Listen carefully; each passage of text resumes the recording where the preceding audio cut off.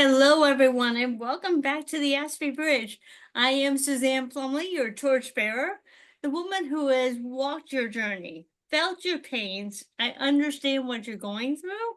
So this isn't coming from a textbook. This is coming from my heart, helping you because I've walked your journey. And I want to tell you, this week is very important. We're going back to the beginning of our time, not of time, not Genesis. We're going back to the beginning of our time when we were infants with our families. And we're talking about mindset and how to help the woman who is carrying the baby know that she is healthy. Has this mindset that can bring this being into the world and care for it and advocate for it and love it the way that children should be loved. And there are so many people out there in my circle that are dealing with what we call a mother wound.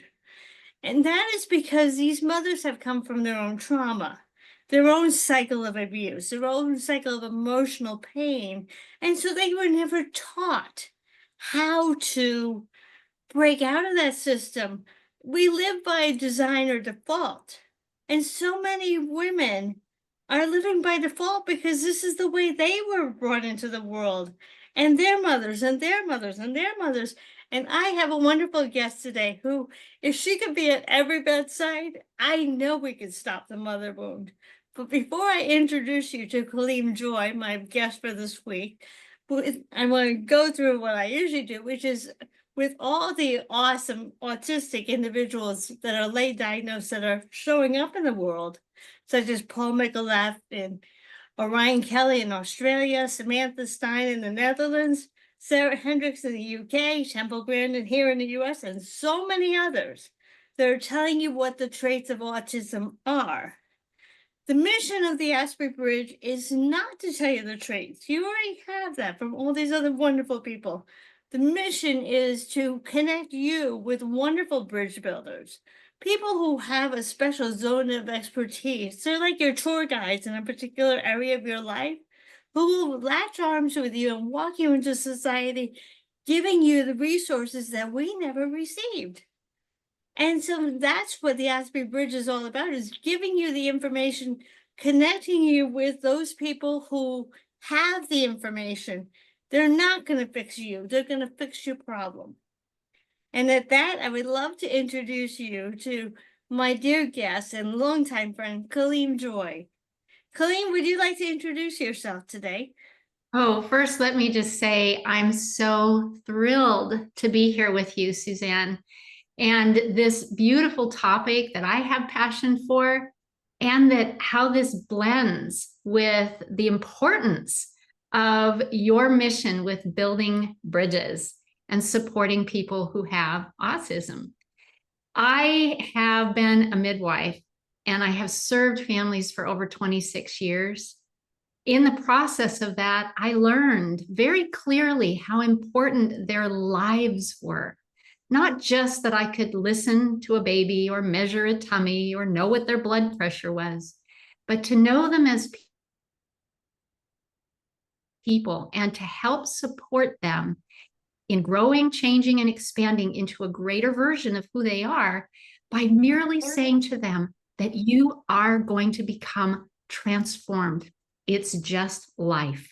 And your baby inside you is doing the same. And together, you're making a beautiful opportunity to set life on a new trajectory. So having done that, I was a pediatric RN for many years, and I've been a baby body worker, which means I did massage on newborns, which was so sweet and fun. And really with that too, Suzanne, it was about helping this newborn unfold from things that may have been part of their journey in the womb or during the birth or even after. And I learned at that time the importance of how the mother-child relationship and those wounds you talk about, how powerful they can be if we are not aware of them to help create something new, right? So I've been a TEDx speaker, which I'm so thrilled about. I've been on this beautiful podcast and I get to share And I'm just so thrilled to be here today and to bring this topic to your audience. I am so grateful. And it was as I was creating my topics, and I go when I take a lot of my own personal pain, which is why I call myself the torchbearer. This isn't just a, well, let's see, what am I going to talk about this week? No, there's a logical sequence that I've been going through because I think all stages of life we can transform. And if I'm not looking at where my curriculum is, then I would be all over the board with all different topics that wouldn't make sense to you, the listener. Right now, we're in our 3 months of relationships.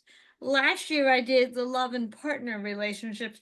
This year is all about looking deeper into the relationships we already have. Can they improve? Is there a chance to improve? Can we make them better? Or do we need to know when to say self-love is where I have to be? And if I need to walk away from people that are not good for me, if I'm in some toxic soil and I prefer to get into healthier soil, that's important too. That's why I brought Kaleem Joy in today to help you. Let's go back to the beginning of life and really examine and see if we can't get rid of this mother wound, because she's hurting too. I look at my own mother. I know she's hurting. I watch her habits, and in 4 months of living with her, I watch her habits. I watch her pain of losing my dad and her own problems, and I'm compassionate to those challenges she does. Does that excuse her behavior? Unfortunately not, but I can at least understand the behavior, and I can separate the behavior from the person. But let's go back to the beginning of life. When we are not even born yet, how can we help these mothers come to embrace childbirth, growing a baby inside of her with the most loving care and everything? And we know that from a biological factor, up until now, from the beginning of time till now, it's still the female that is carrying this fetus. And she can go off and eat potato chips and ice cream and whatever her craving comes and go out and party and this and that. But how much of her life is that fetus going to have once it's born if she doesn't take care of her body? And even more importantly, if she's upset, if she got pregnant when she didn't want to, if she sadly got into a situation where she couldn't help it, such as a rape, or she got into another situation where she's being a surrogate for a wonderful couple of men who would love to bring a baby in, it's still her responsibility to take care of that fetus, to take care of that baby, emotionally, mentally, and physically. And that's why I want to bring Kaleem in today. Kaleem, we as females, we have the greatest impact. And that includes if we're adopting too. There could be another mother who gave birth to this baby, and we hope that she had the proper mindset. But that you can right some wrongs if you're an adoptive. I know you are an adoptive mother. Is that correct? If I remember correctly, it's up to her as well. It doesn't, just because the baby may have been in a difficult position, the adoptive mother can take over and give the baby the best life. The rocket boosters, as we call it in our particular thing, the support. Instead of clipping the wings, we're giving them the strength to take off. What would you like to add on that topic of the mother being the most impactful? Well, just my appreciation that you're bringing this topic. When you think about a baby who gets conceived, this baby is from the moment of conception.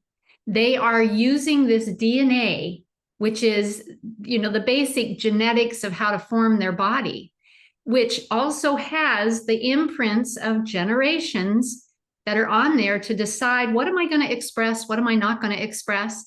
And they are being fed both literally, physically, by what we eat, we drink, and what we think and feel by those chemicals. And so as this baby's growing, they are molding and becoming a brand new person. And in the process of this, when I watch that formation, I recognize that the mother has the opportunity to make a decision that they want to grow, change, and expand too. Because so many times people are like, I just want to get back to my normal life again. And I'm like, that life is beautiful, celebrate it, but that life is not what you're creating. You can't create a new baby and a new you and expect to live the old life. So when they're pregnant, I look to saying to women who say, what can I do? Right? First of all, there has to be a willingness. What can I do to help grow my life, which then will instill in my baby a greater life? And then we walk up to the expansion of birth. And this is a part that many people may not look at birth as it's actually in a time of transforming expansion. And then to unfold in the postpartum time. And when we're unfolding, we are integrating a baby into an entirely new world. We are integrating the mother into an entirely new opportunity with this world. And our society must allow for this pause. And for the awareness of the nurturing support and encouragement to begin that intuition, right? So this pregnancy time for me is saying to these beautiful mothers, are you willing to recognize that there are seeds of your own greatness that are now being planted, and you have an opportunity to help nurture and grow them? And as you do, it will teach your baby. And so I love that philosophy. Would you like to teach your baby something beautiful today? And I say it can be as simple of a start as we pause, we breathe, because breath is what brings life in and what lets go of what we no longer need. And all we do is feel the emotion of love. And as we feel that emotion of love, we let it permeate our body and we send it to the baby, and we have a moment of love together. And to me, that is the grounding seed that begins the process of growth. That is the beginning seed of living by design and not by default of whatever conditions the mother's coming from and whatever conditions that got her pregnant in the first place. Yes, we can accept those, but that's not who you are as a mother to be. You now have an opportunity with your baby, as Kaleem said, to grow and transform at the same time that you're growing this baby inside of you. What a miracle that is. What a miracle. Okay, as I said, some people come into being pregnant by choice, and some have other situations. How can we help a mother who may have gotten pregnant out of her time sequence, out of her choice, but still create? As I say, put this behind her, put the circumstances of the pregnancy behind her enough to love this baby from the moment she discovers that she's pregnant. I think first one has to say with this beautiful spirit, let's take a breath together. This wasn't maybe what my life was planning at the time. So let's just be together and just have a moment of gratitude that we're about to go on a new journey. The other is looking at rooted connections. And this is part of that philosophy for me, is that we have rooted connections. And some of our rooted connections, it may be time to let go of those roots. With gratitude for all the curriculum, right, Suzanne, that they have brought and taught, Right. us the opportunity to become. but to let go of certain rooted connections and to allow ourselves to create new ones. Because whenever we plant a seed, I mean, nature is such a great teacher, right? Whenever we plant a seed, the seed is going to germinate and create new roots. So it doesn't happen overnight. I mean, if we want to grow a stalk of corn, you don't put the seed in the ground tonight and expect to eat corn tomorrow. So we have to remind ourselves this is a rinse and repeat process of growing and nurturing. And anybody who's grown a garden understands that. So when we look at a situation that may not have been what we thought we wanted to be in the perfect scenario, perhaps honor that root and say, that may not serve me going forward. Asking that question, what can I do to help love this baby into its fullness while this baby helps love me into mine? And we develop a life that we love to live, right? And we create new roots that can flourish and grow. Beautiful. Yeah, I mean, that alone can really help to bring it to an end, this mother wound, because it's a brand new life for both of them, the mother and the baby. Yes, radically accept what came before, but now step into a new life. That's beautiful. All right, let's go to a little bit after the birth of the baby. There are external pressures. So what are you going to feed your baby? Are you going to do formula? Are you going to do breastfeed? All the noise that comes into the mother's head, all the sounds, all the beliefs, the opinions that aren't truths for her. And I find there's so many women, because they're coming out of an emotional time of having a baby, some are strong enough to say, well, you can have your opinions, you can have your beliefs, but I know what's best. I know what's best for my baby. And so there will be people who will come. How can we help her advocate for herself, her beliefs, and for the baby's needs? Because perhaps the baby does have extra challenges. So when we look at the pregnancy, even going into the birth, Suzanne, which is why I'm like, you can't wait to get to birth, hope it all goes well, and expect that the parenting's all going to unpack there too. Because what I found was that people bring suitcases, and the suitcases can have smelly underwear, pants that stand up, they haven't been washed in forever. They have junk in there, old candy wrappers and the whole bit. And when they come into birth, if they bring all of that with them, because they haven't done things in the pregnancy and they bring all that with them, the birth will set the seeds as well for the postpartum. And what I hear is the thoughts, the feelings, the words, and the actions, all right? Those key elements. When I hear parents with absolute, they don't intend this. I know they don't intend it. But the words and the thoughts and the feelings that come out will say, my baby, I just wish they'd stop hurting me. Like they've hurt them up in their ribs and the baby's kicking.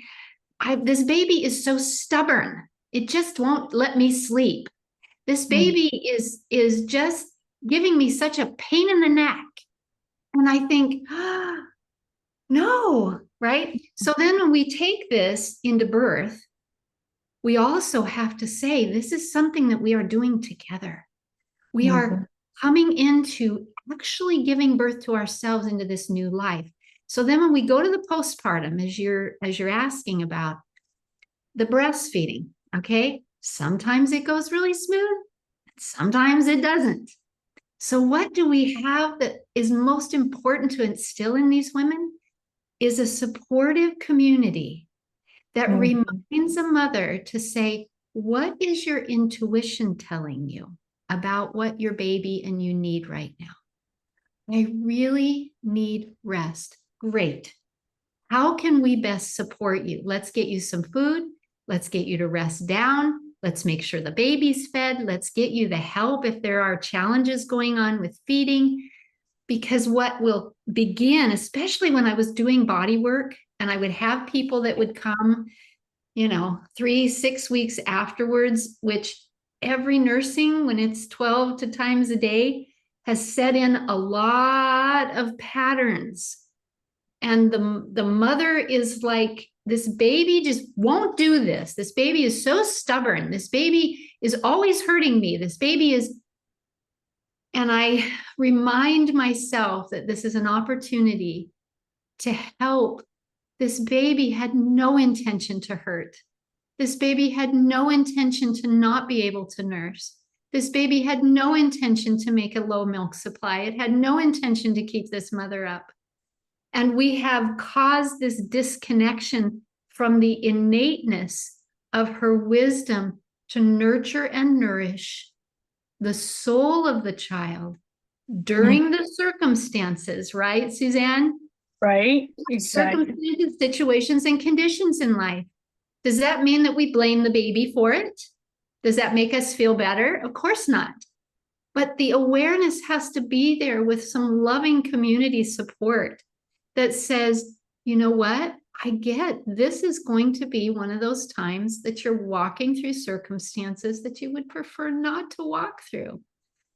How can we help? And this has been my best tool, Suzanne, is asking a mother, how can we help the baby to feel more welcomed to be at breast or more tended to?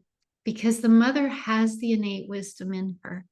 And when she brings it up, then she can integrate it rather than lecturing her about what needs to happen, right? Mm. I don't know if that completely brought that answer to you. Oh, We can explore it more. yeah.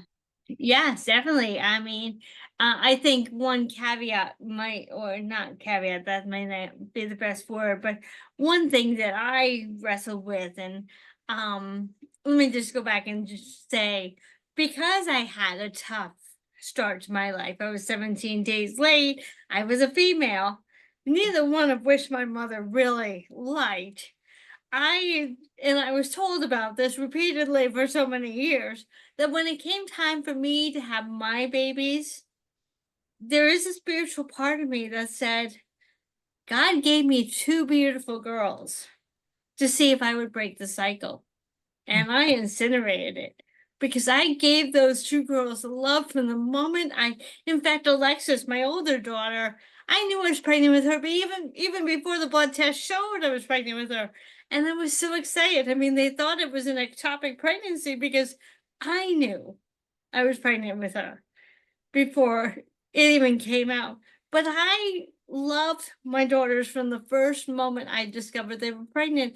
And that was a design because I said, my girls are not going to have what they had, what I received. I was going to give my love. And to this moment, my girls are close and loved, and they know it. They know it. And I even brought a third girl from a neighborhood after I looked at her circumstances in life. I brought her in as my bonus daughter to know that she was loved as well. And a mother has that capacity to love as many children as she chooses to love. Mm. And I love that. So the next thing, when there is a prepared mindset and an adversity comes, such as some of the challenges, medical challenges, autism, hypothyroidism are the two that I was well, they didn't know about autism back in the 60s, so it was just a hypothyroidism.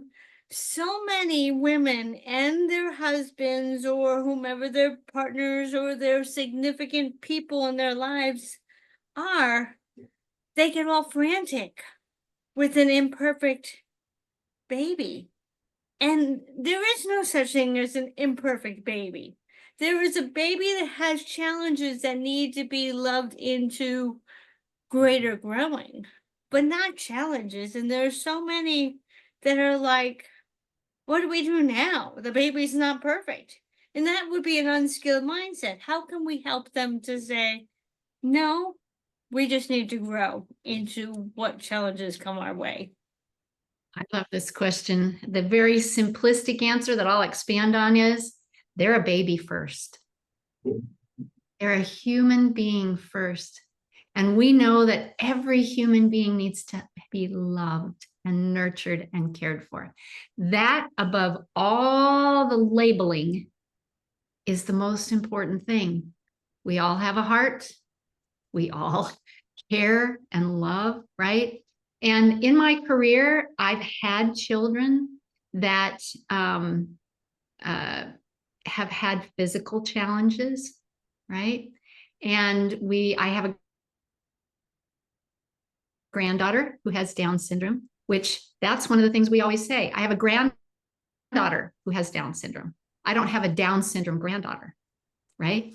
And when you look at this, and the times when I've had clients that I've worked with, that we knew that the baby was going to have what I call special gifts. That's how I explained it to them. I love that. I love that. Special gift. And when the baby was born, I mean, I did some work in Jamaica for a while, and we had one baby that was born, and the mother had not seen the baby yet. And I said, I went in because I'm going to set a seed at that moment to rather this mother falls in love with that child or sees it as something wrong. I went into this mother and I said, well, your baby has come with some special gifts. And I began to describe that. And I brought this little sweet in, and this mother said, oh, you sweet, cute little thing. And I just thought, yeah, that's what we do. And it's the same way with our granddaughter. She was born at home. Her parents, we knew, but her parents did not know in the beginning. And it was like, she's breathing, she's eating, she's happy, she's doing great, she's being a baby. We'll discuss what life's going to look like and what that label might be that you will walk through with her later. And I've done that with others. We have had a baby that was born with no arms and no legs. Parents knew ahead of time.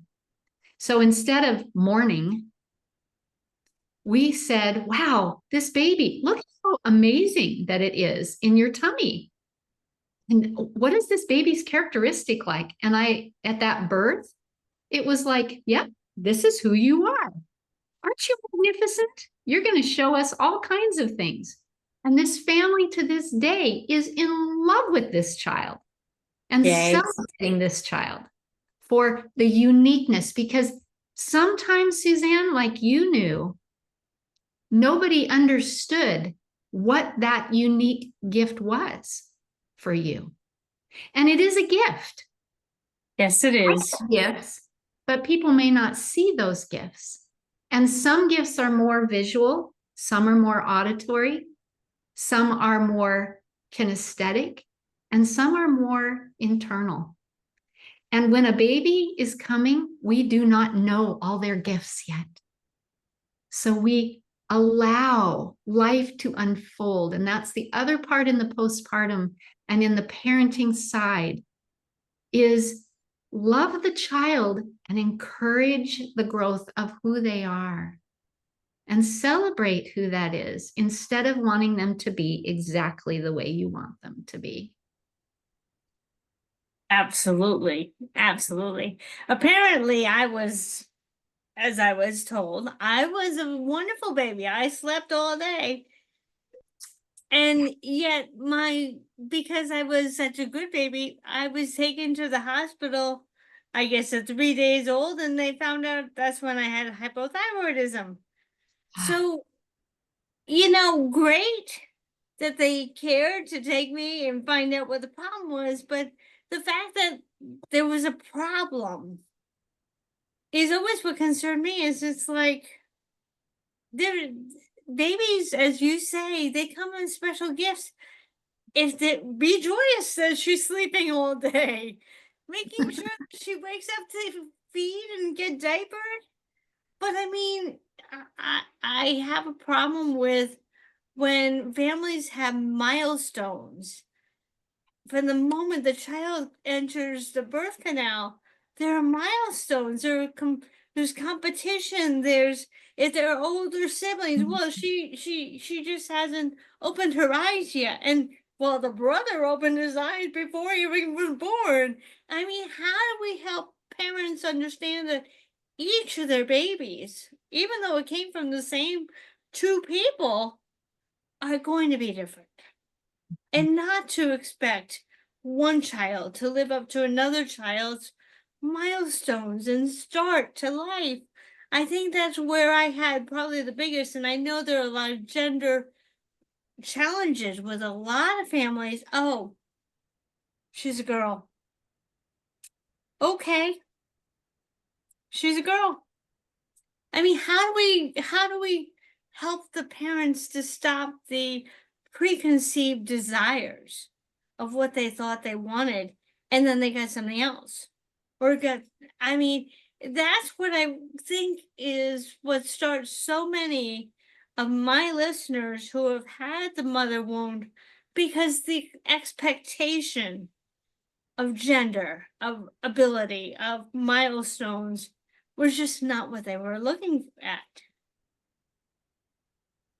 Well, my own personal, and this is my personal opinion, is that when parents know the gender, they know diagnosis, they know a lot of things before a child is in their arms. A baby in tummy, no matter how much they roll around, kick, and do, and you know that they're there, you don't really know that they're there and that you're fully falling in love with them until they're in your hands. And yes, we have seen that scenario, the disappointment, the tears, the family who's so, upset about the particular sex that this baby is that's coming. And I, along with research, say, and how does the child feel now that they are a disappointment? And we've already started that before they've even been born. Yeah. Can we help families either not need to know the sex of the child, or at least come to the acknowledgement that whoever this child is, it has been that way since, the sperm and the egg got together. Okay. This was going to happen, whatever way this is going to unfold. And I feel it kind of just encompasses that whole part of bringing parents to be parents who are to that understanding that this child is a unique individual. Although they may have genetic makeup and look like family, they are a unique individual. And especially when we understand that greater spiritual, they are a unique individual. If we compare them to other people, then we are expecting them to be something of a clone. Mm-hmm. And we are not clones of one another. We are unique and special, and it's what makes our world a beautiful place. Even twins that are absolutely identical twins, they are not the same people. Mm-hmm. Right? And so I think it's a mindset of awareness, Suzanne, that more parents who have this awareness can recognize those moments when their thoughts go, oh, what if I have another boy? They've had 6 boys. What if I have another boy? And I have compassion. They would like to have, a girl, or vice versa. They've had 6 girls and they would like to have a boy. I get it. And we can all take that and say, yes, I would really love that. Why? Because I would really love to have a daughter or a son. That's great. We can celebrate that. And I want to love whoever this spirit's going to be in our family and in this world. And I can't wait to see who they become. And I think it's the difference between that common hour and that brave thinking mindset. Parents need more awareness in that opportunity. And most of the time, it's just unconscious that they do this. Yeah. And it's very socially acceptable. You know, one, social media feeds this. I'm so sad that I'm having another girl or another boy. And I think, don't tell the baby that. Please don't tell the baby that. No, no. A quick little funny story is my first daughter. I was pretty sure she was really kind of cool and sedate, and she was just hanging out. And then when I had my second daughter, who was going to bring on the characteristics of her father, a little bit larger, and I'm here petite, and so this baby is squirming around in me, trying to get comfortable. And so the morning that I was pregnant with Kimberly, I was about to have Kimberly, we had the name Derek William picked out for him. And I said, you know what? I would love to have a female name picked out for her as well. This way, no matter who she is, who he is, he comes into the world with an identity versus coming in as well, you're not Derek William. I wanted to have names for my daughters before they were even born, so they knew that they were loved exactly for who they were going to be. That's so beautiful, Suzanne. It's the way I found it. So the biggest thing, and I think we've covered this, helping mothers to stop the cycle of generational abuse is probably the biggest challenge that my listeners go through. And I think that you've covered so many of these topics earlier, so I'm not going to go deep into it because I think people got the point. But it's just, if we can help mothers who are coming in with a baby, a fetus, conceived, to know that that was then, as we know from BGI, that was then, and this is now. And no matter what the mother or father's past was, it's the past. It's the past. And they're going to bring a much happier, well, thriving baby, child, teenager, adult into this world if they can accept that this baby was one in what, 4,000? What was the statistics? No, I don't want to call it statistics, but I know that God, let's go spiritual for a moment. Not every fetus that is conceived makes it. So when a baby does get born, it's a miracle. It's not it's a boy, it's a girl, they're wonderful, brand new babies. What would you like to speak on the spiritual side of helping families understand that this is a gift? And whether or not they were planning on it 9 months ago, this child has every right to thrive. From the moment they come through the birth canal to the moment they set their head on the pillow for the last time, whether that's at the age of 6, sadly, because of a terminal, or 66, or 86, or 106, that child that they gave birth to has every right to thrive, not just survive. Would you like to speak on the spiritual side of that? Yeah. The spiritual side with every child, to me, is this is the beginning of a brand new life for them, whatever that life is going to be. And when we as adults can take a moment to say, wow, I'm living my life, and now I have an opportunity to help someone else by nurturing who they are and supporting them along their journey as they cross the bridge of life, right? And helping to support who that spirit is. And each of these wonderful spirits has their own dynamics. Some are very, easygoing and life is just playful and fun and floating, and others are very dynamic in how they interact with the world. And as a parent, I watch some feel very challenged with their children, because these children are great explorers. They're very kinesthetic. They have opinions and they are strong and powerful, and others that just meander with life.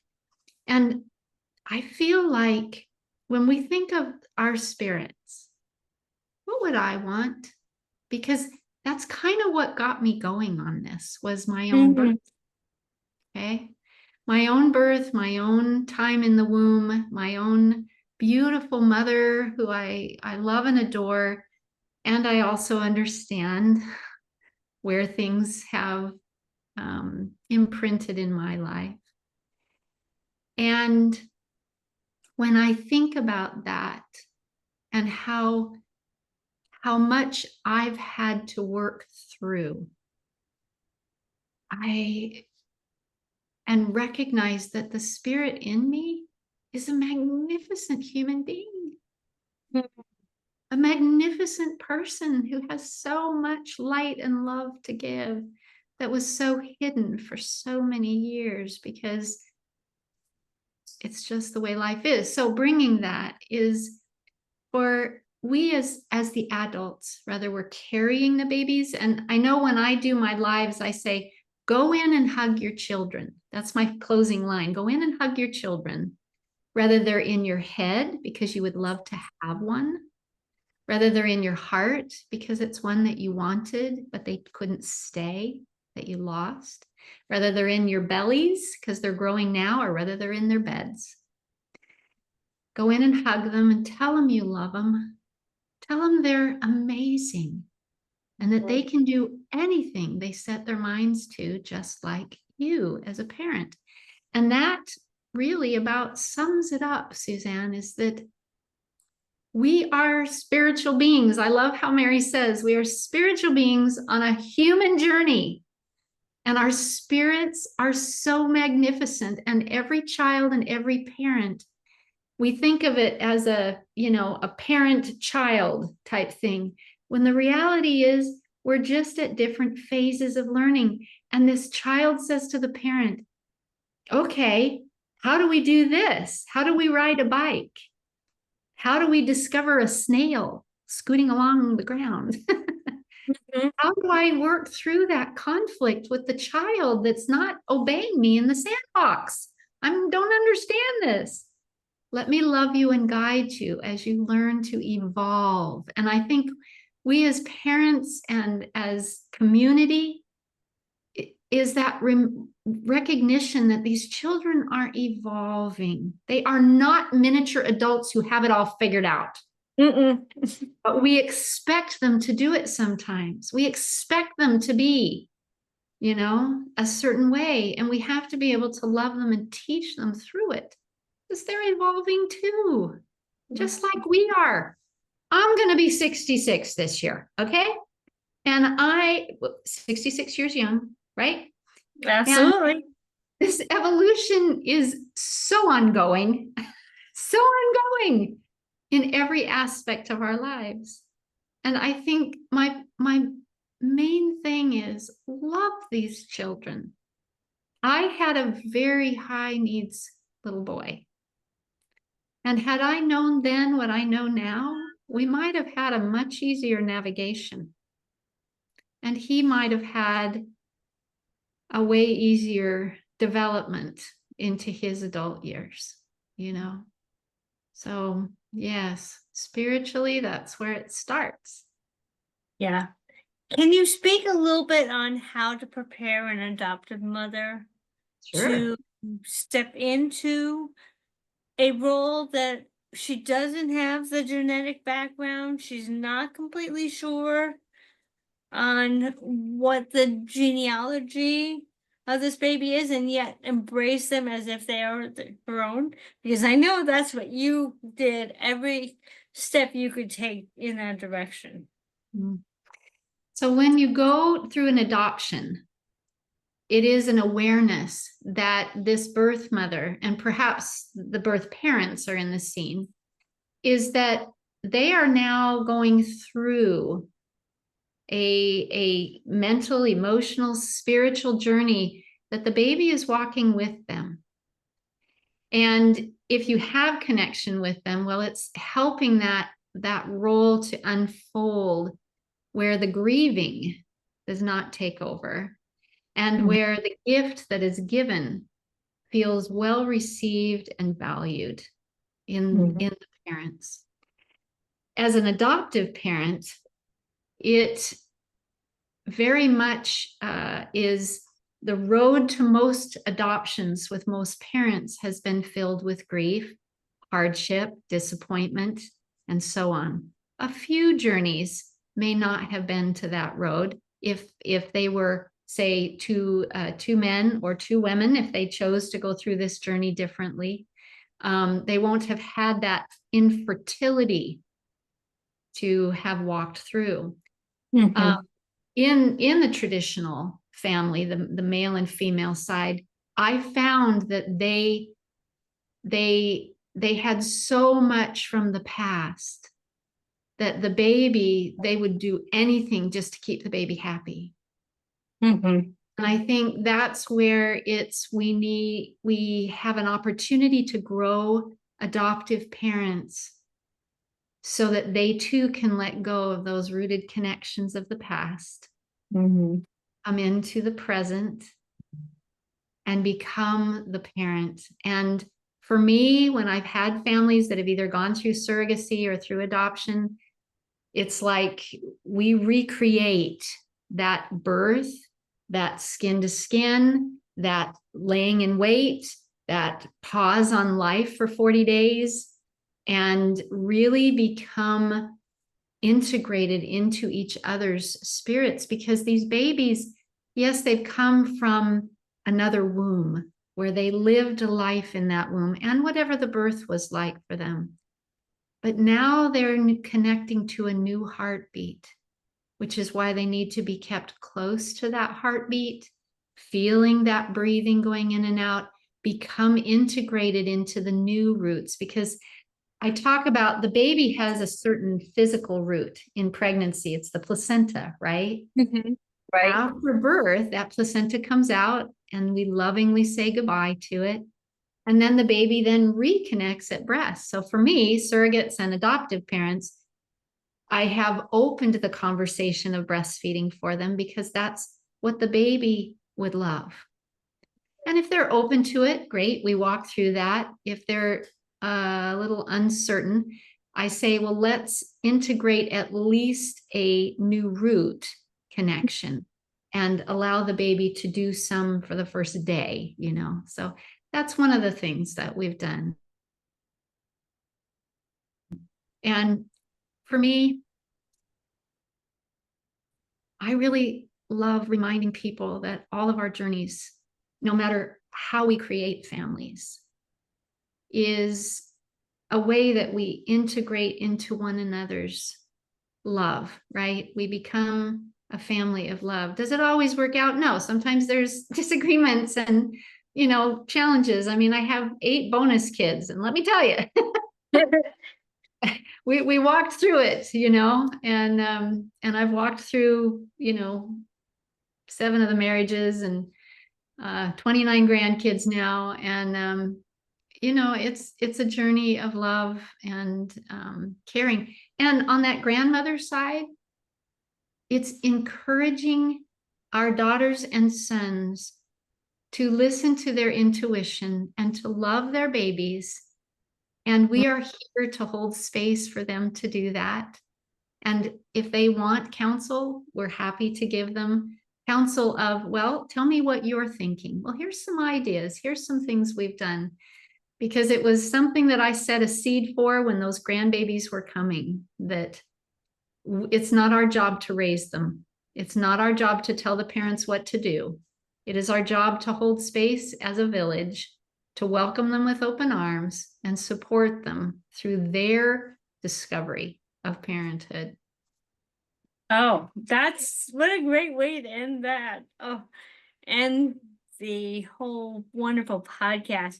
And what I like to say is think of, to all my listeners, think of what you may have felt like you were missing in your life and go to your children. This is what I did 2 years ago to my girls. I had the opportunity to be with them individually. And I went to them and I said, how can I love and support you more? And both of my girls were almost teary-eyed because they're like, oh my gosh, Mom, you've done so much, you've given so much. I said, I just want you to know this wasn't offered to me, but I want to offer to you. How can I love and support you more? And as my older daughter, Alexis, is heading into marriage in April, and I think they'll be having children not too much after that because her spouse to be, her fiance, is going to be 35 and he's going to want his family. I want my girls to know that I am behind them. Even with the marriage, I am behind her. I said, I experienced what it felt like to have a controlled wedding, a controlled marriage, and so I kept saying to my older daughter, I'm not here to tell you what kind of wedding to have. I'm not here to tell you what to do. I'm here to support and love you. Mm. And at that, I think we can tell all of our adult children, whatever stage. I never believed that parenting ended at 18. Mm-mm. I It think never does. parenting, there are so many that will say, well, now that you're 18, it's kind of not their job anymore. I like to differ on that and say that our kids can always come to me for love, support, and a safe place to land, no matter what age they are. And I'd like to offer that to each of you. It doesn't matter if your kids are 6 or 26. Love them as if they were just born and tell them, no matter what mistakes came up in the past, how can I love and support you more? And I'll wait for the conversation to evolve because it's the most beautiful thing. Kaleem, can I have you offer anything else you'd like our listeners to hear before we sign off? Remember who you are. That was one of the best things that my mentor years ago said to me. Remember who you are, which is an amazingly beautiful light being that's filled with love, filled with so much greatness. And when you plant those seeds, let them grow and remember you are loved. Absolutely. Absolutely. Next week, I'm hoping to take it to the next level of how to raise our little people who might be autistic. Learn that they are just as special, as important, what words we can say to them so that they don't feel like they're outcasts. Because even after they start to go to preschool and school age, they're going to need to know that we still love them, no matter who they are. So I hope you'll come back next week and we'll have a conversation on how do I talk to our little people once they start to experience that school age period of their lives. But for now, I want to say thank you to Kaleem Joy for coming today. I am so appreciative. And I hope I'll see you next week. Have a wonderful day.